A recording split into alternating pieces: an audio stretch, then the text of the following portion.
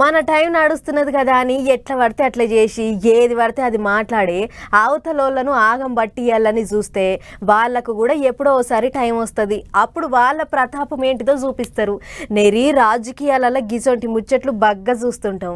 ఇక ఇప్పుడు ఏపీలో పాత సర్కారోళ్ళు పోయి కొత్త సర్కారోళ్ళు వచ్చిర్రు కదా, అందుకే ఇక చూసుకుందాం రండ్రి అని సవాళ్ళు ఇసురుతుర్రు కొంతమంది లీడర్లు.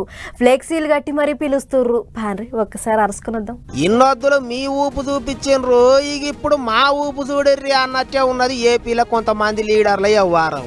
ఊపు ఉన్నది ఊపేస్తాం అన్నట్టే చేస్తాండ్రు. అగ చూడర్రి ఫ్లెక్సీ మీద ఏమని రాపిచ్చిండో, రా చూసుకుందాం అన్నట్టు సవాల్ ఇసిరిండు.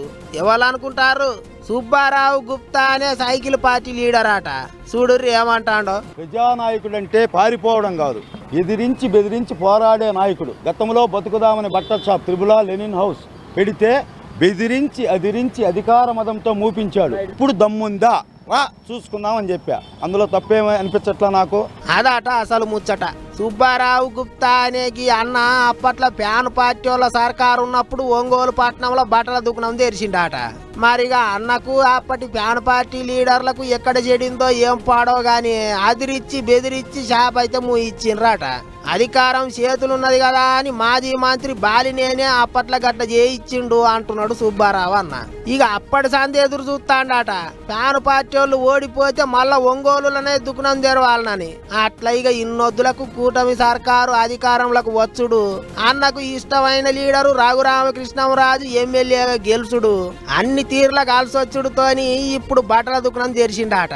ఆ బట్టల షాపుకు రఘురామ సారు పేరు త్రిబులార్ అనే పెట్టుకున్నాడట.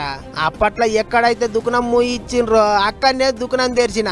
ఇప్పుడు రాండ్రే వాళ్ళు వస్తారో ఇక చూసుకుందామని పెద్ద పెద్ద ఫ్లెక్సీలు కట్టించి ఒంగోలు పట్నం అంతా కట్టించిండు. ఇక సుబ్బారావు అన్న కట్టించిన ఫ్లెక్సీలు చూసి పబ్లిక్ అంతా పరిశాన్ అవుతున్నారట. ఇప్పుడు అధికారం ఎవ్వలకు శాశ్వతం కాదాయే, చేతులు మారుతూనే ఉంటది.